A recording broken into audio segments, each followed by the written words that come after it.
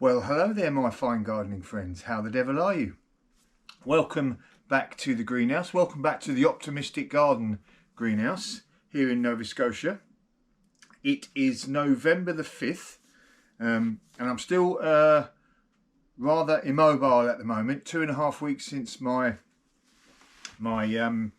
hip replacement surgery on my right hip, so I've just hobbled my way up here with my little walking frame. And I can do a few sitting down gardening jobs. And as I said, November the 5th, so well into autumn.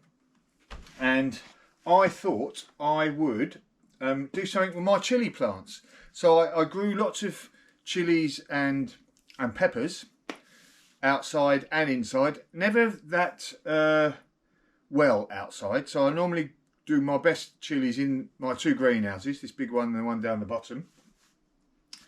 And I didn't do that well with my chilies. Got them in late this year, and most of them were a bit immature. But I got some good chilies, and one of them's still in. I've got it in the kitchen now, and as you can see, it's still got some nice chilies on there, just ripening up. So that one's I grew from seed this year. Now the ones I did the best with are these Mad Hatter. These ones here, as you can see, it's called Mad Hatter. It's a pepper, sweet peppers, but only small. But it profusely, large amounts of peppers all over it. I think I've got a photograph there now that shows how many chilies or peppers it had on it earlier on in the season.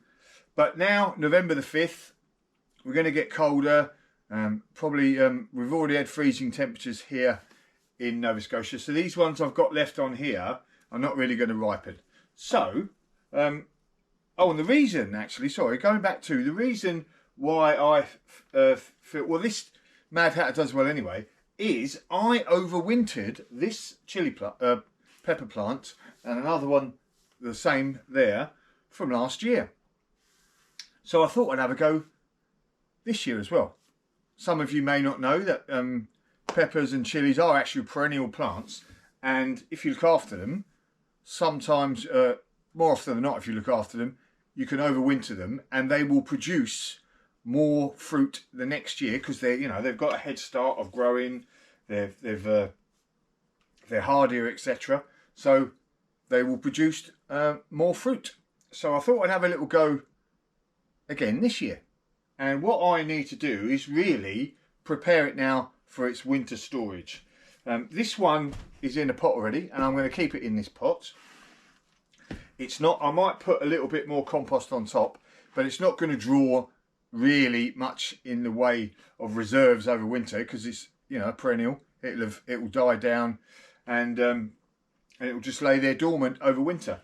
But I want to get rid of all of this extra baggage around it, and just leave it in a nice little framework for it to grow again next year. So what I'm going to do is, I've lost my best secateurs. I think I've left it.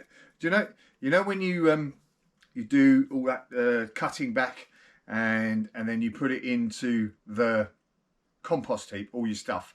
I bet you, and I've done it a few times, I've left my secateurs in the actual bucket or whatever that I chucked in the compost heap, and it's there in the compost at the moment because I can't find them.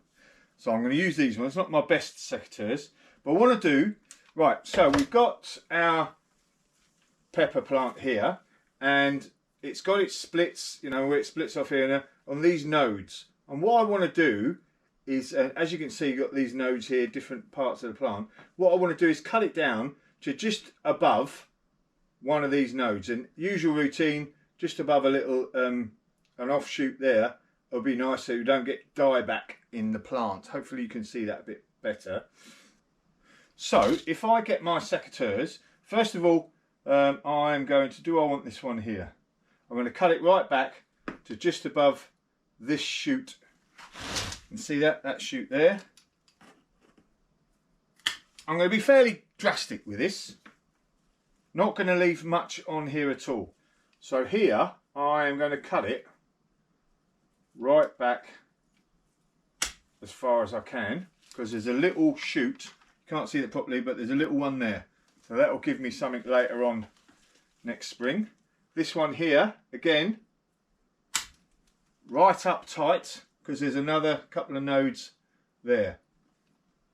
And then this one, I'm going to cut this back here. This I'm going to cut right back.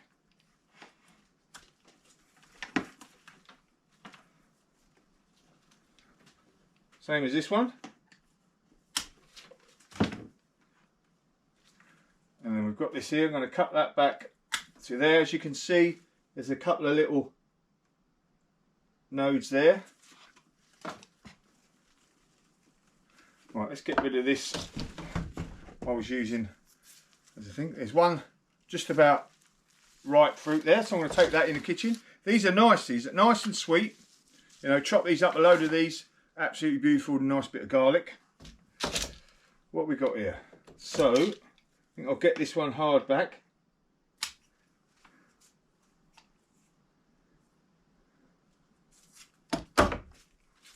Now, I don't like the look of that. I'm going to cut that right back here because I've got a little shoot there.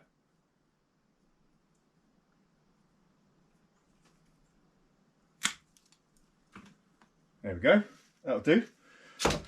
Right, so that's quite drastic, but that's got a nice little framework there for it to sort of lay dormant over the winter and then grow out next spring and give me lots of nice peppers again next summer.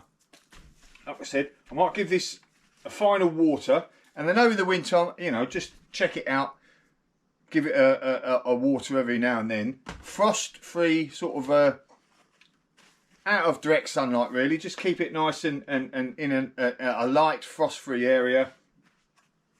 And it's not 100% that these pepper plants will stay over winter. It doesn't always work, but if you've got a few, then you know, one or two will die off and the rest should live and give you lots of fruit next year.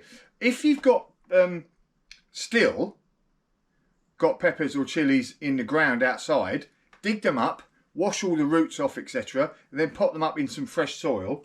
You're washing the roots off just to get rid of any pests, etc. And the same thing, pot them up and in a nice frost-free place. So there we go. Nice easy job for me and my bad hip. Now I've got to do is get Mrs. F to bring it down to the house. Or Ethan anyway. There we go. Job's a good one.